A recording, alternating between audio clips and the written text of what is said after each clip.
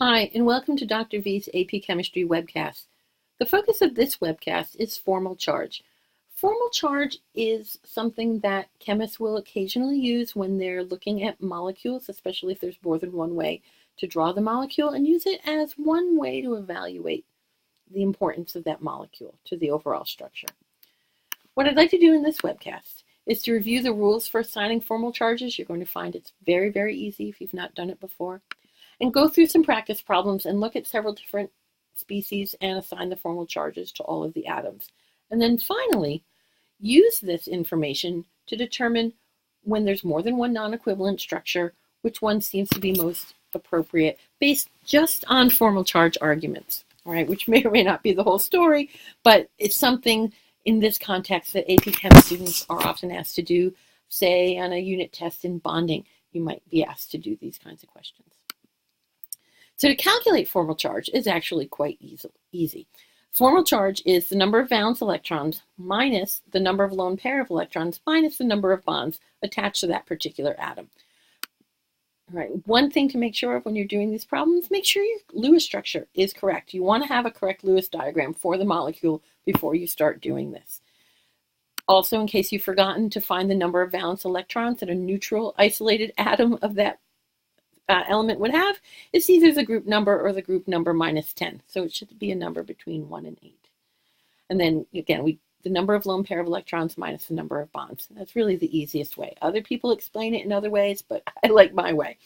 The other thing to remember is that the sum of the formal charges for all of the atoms in the species must add up to the overall charge of the species. So if it's a neutral molecule, the sum of the formal charges have to add up to 0. If it's a polyatomic ion, they should add up to the charge of the ion. So that's just a way to check for yourself that you're on the right track with this. So let's look at this molecule, O₂F₂. Not a very common molecule, but let's go ahead and assign the formal charges. Again, you always want to start with a Lewis structure. That's not our focus for today, so we just brought up an image. Here's the molecule that we're using. Okay. Remember, formal charge is the number of valence electrons minus the number of lone pair electrons minus the number of bonds. So let's start with the fluorines. Well, a fluorine atom, a neutral isolated fluorine atom, would have 7 valence electrons that it brings to the molecule.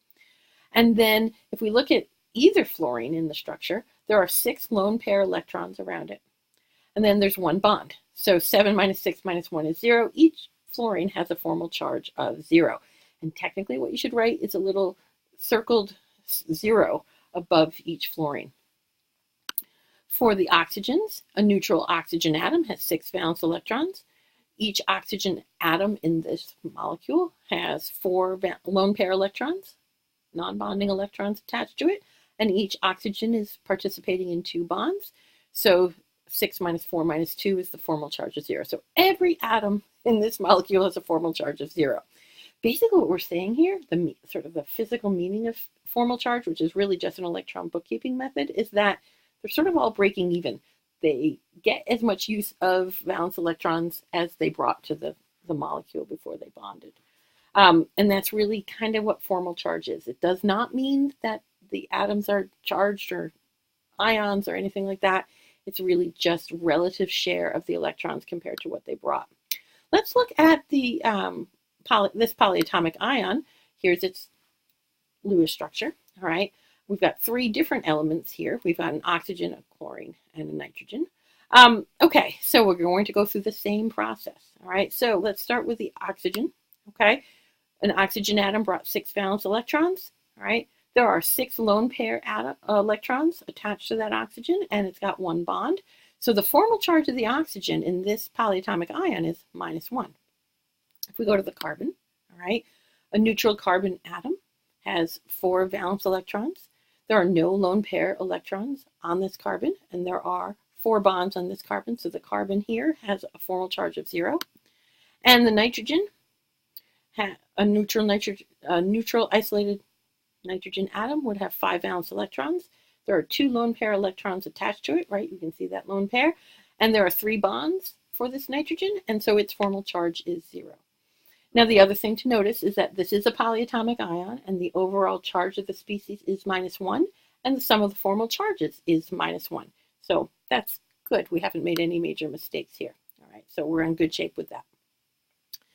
The last thing that we do sometimes with formal charges is use them to evaluate non-equivalent structures, right?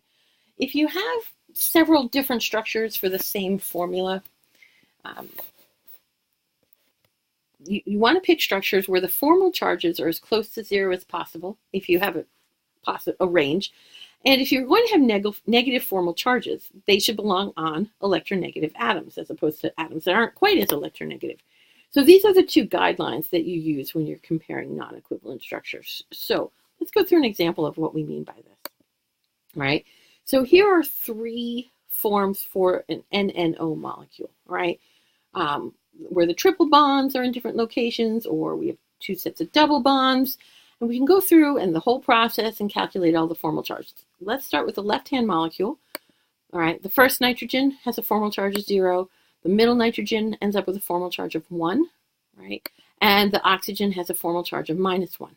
Okay. If we look at the middle molecule as it's drawn, all right, the nitrogen on the left has a formal charge of -2. The nitrogen in the middle has a formal charge of 0, and the oxygen has a formal charge of +1. And if we look at the right-hand molecule, the left nitrogen has a formal charge of -1. The middle nitrogen has a formal charge of +1, and the oxygen has a formal charge of 0. Right? So it's not, as far as Lewis structures go, they're all valid. They all have the right number of electrons. They all follow the octet rule. There's nothing particular about these structures that, makes them better or worse in terms of the Lewis structures. In terms of which one seems to contribute the most to the reality of the molecule based on formal charge, remember we're looking for two things. Formal charges as close to 0 as possible, and negative formal charges on the most electronegative elements. All right. So if we start with the right-hand molecule, all right, I've got a -1 formal charge on a nitrogen, but there's an oxygen in the molecule. That's not a great choice just because, we want our negative formal charges on the most electronegative elements, which would be oxygen. So the right-hand molecule is not the best of the three. If we look at the middle one, we have a negative formal charge, again, on a nitrogen. And the oxygen has a positive formal charge. And again, oxygen's a much more electronegative element than nitrogen.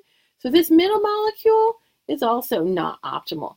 Our best choice is actually the left-hand molecule, where I have a negative formal charge on oxygen, which is my most electronegative element, and I've got my, compared to, say, the right-hand molecule, I've got my most negative formal charge on my oxygen, whereas in the middle molecule, you'll notice we have, a -2 as a formal charge. That's not ideal. So the formal charges add up to 0. Of course, that's always true. I've got the most negative formal charges on the most negative element. That left-hand molecule, structure 1, is the optimal, also because it's got formal charges that are as small as possible. All right, that sounds great. I hope you found this helpful, and we'll talk another time.